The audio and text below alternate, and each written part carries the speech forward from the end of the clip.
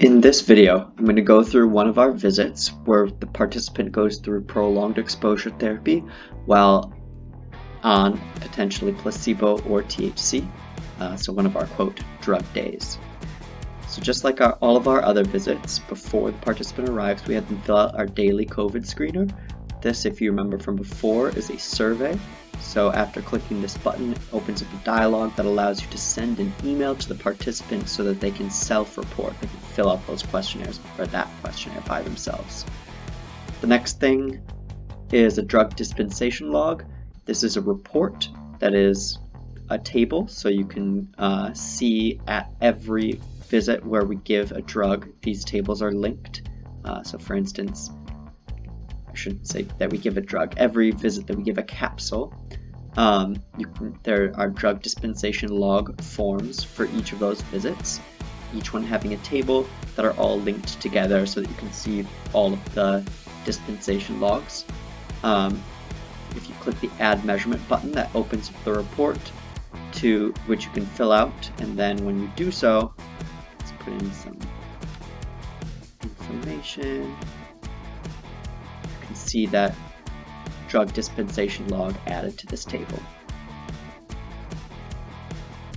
We have our update medications Castor form, where just like on the paper checklist, we ask the participant if there have been any changes in their medications since their last visit, update those medication or update any changes to the previous medications or add any new medications, and if they are on any new medications, then run a drug interaction report and add an upload of that PDF to Castor. We also ask them about any illicit or recreational drug usage since their last visit and open a new report if they have used any drugs since their previous visit. If they've had any adverse events since their previous visit, we open up a report that allows us to add that adverse event to their record. All of these so far have been either surveys or reports, either reports that have just a button or reports that have a table, because all of these are forms that we acquire many times on many visits, or I should say at least one time on many visits.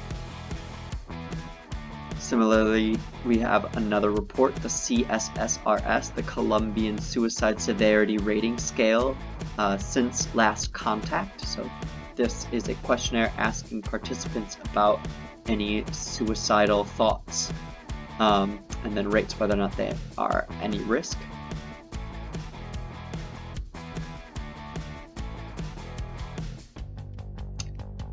And then the part that is slightly different from most other visits. We have these forms: vital signs, blood draw, and send DDQ, which stands for drug day questionnaires.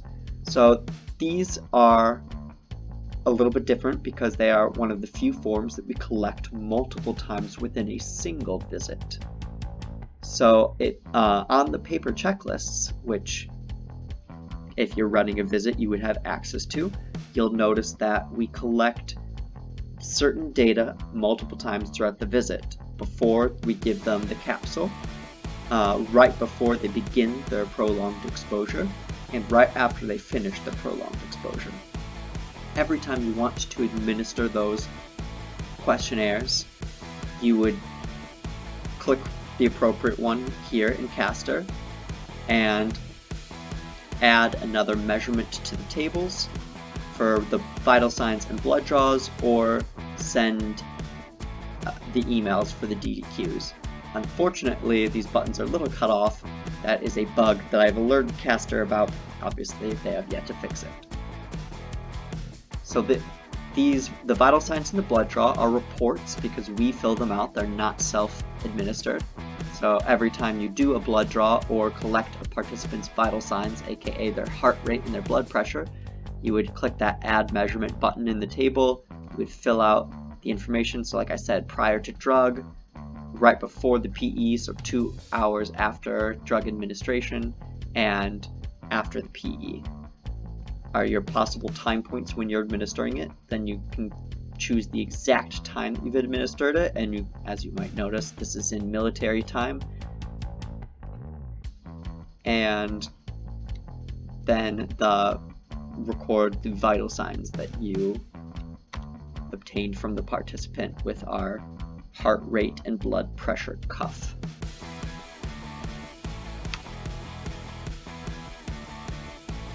And now I have that vital sign recording listed in here.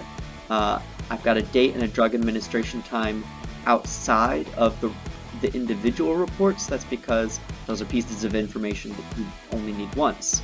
All of the information inside that vital sign report is specific to when you collected those vitals.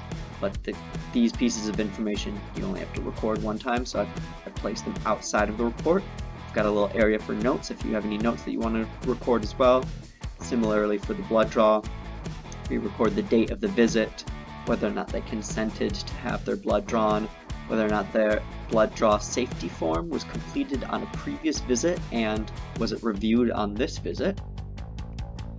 Generally, their blood draw safety form only needs to be completed on the first visit where we draw blood for them, and then for all other visits we just go over that form with them and ask them if there are any changes or if anything, if they've withdrawn consent or anything like that. Similarly to the vital sign, you can press this add measurement button to add another report to the table, recording when you drew the blood, or I should say what time point you drew the blood at, the exact time of that time point, and any notes about the blood draw.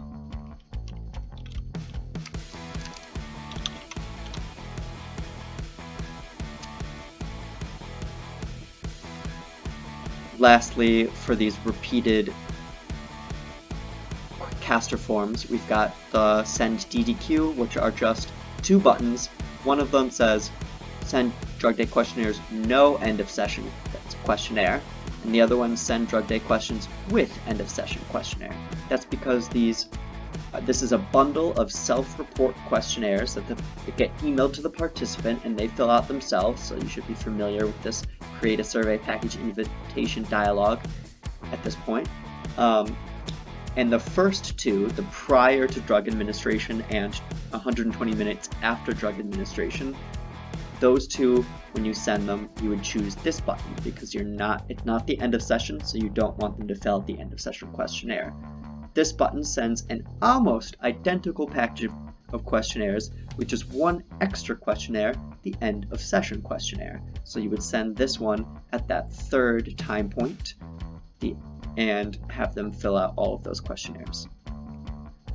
This visit has one final Castor form, send 24-hour DEQ. This is another survey, so this gets emailed to the participant to fill out, and you would send it to them 24 hours after they complete their visit 7. So for most participants, they will not be in the lab when you send that. You would be sending it to them the next day after their visit, before their visit 8. So every time you would do one of those time points, that 3 time points where we're collecting vital signs, blood draw, and sending the participant the drug day questionnaires to fill out, you would click into the appropriate Castor form and add those appropriate reports or send the surveys.